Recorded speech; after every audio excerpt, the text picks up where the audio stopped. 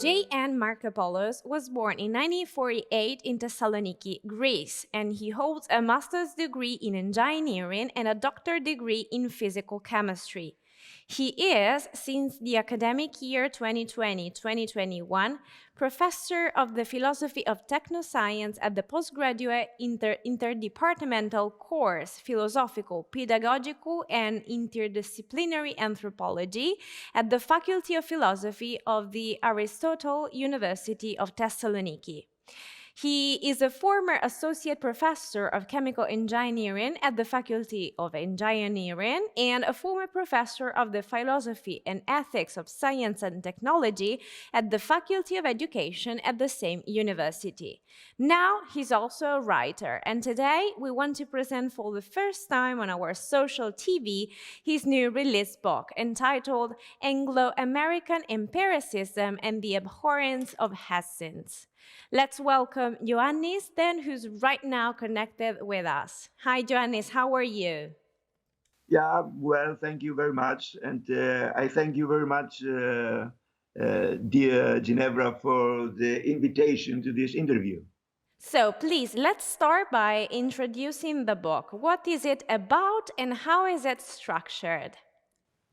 Okay, this book is the outcome of about 3 years of work based on almost 50 years teaching and research activity in the fields of natural and engineering sciences, as well as education and philosophy, and particularly political philosophy and ethics of science and technology.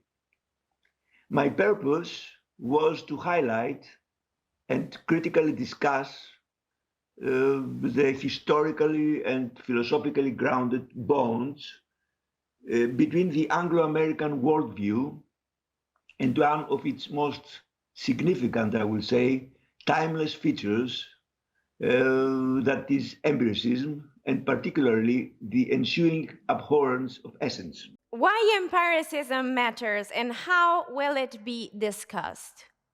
Okay, in this context, Anglo-American empiricism, as well as its ensuing ideological and epistemological currents of act utilitarianism and pragmatism, with their anti-essential way of explaining, understanding, and changing reality at all levels, has had a determinative impact on socio-political and economic issues, on techno-scientific development, culture, education, and the way of life, particularly concerning the difficulties for achieving eudaimonia, that is an essential human happiness, a substantial human flourishing. And allow me to mention some issues that will be, among others, critically discussed, showing this determinative function of empiricism. And I'll begin with some questions. Is there really a fundamental difference between the rational, often ontologically loaded world outlook and research method that characterizes continental philosophy and the Anglo-American world outlook and method on the other side, which has prevailed today in the Western world and is based on empiricism that strongly abhors essence and an ontological foundation of reality? Or how is empiricism, its ensuing currents of utilitarianism and pragmatism, and their abhorrence of essence interrelated with today's very difficult and pressing global condition at all levels? How does European Union, the different countries, face the humanitarian problem of the emigrants, for example, and refugees, fluxes every year, not only to EU? Can behaviorism, on the other side, be effective as it is superficially applied to solve problems in human relationships instead of a honest and essential discussion between partners for achieving a mutual understanding of their situation?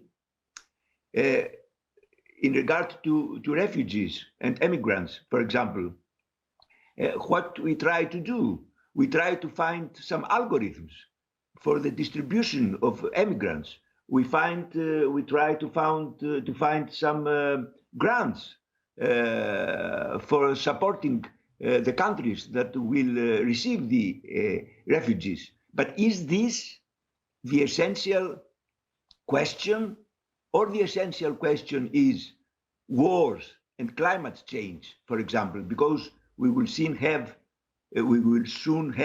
also immigrants and refugees due to climate change. So the essential question is not the algorithms, but what we do with the war, what we do with climate change. And this is a matter that empiricism cannot face very effectively.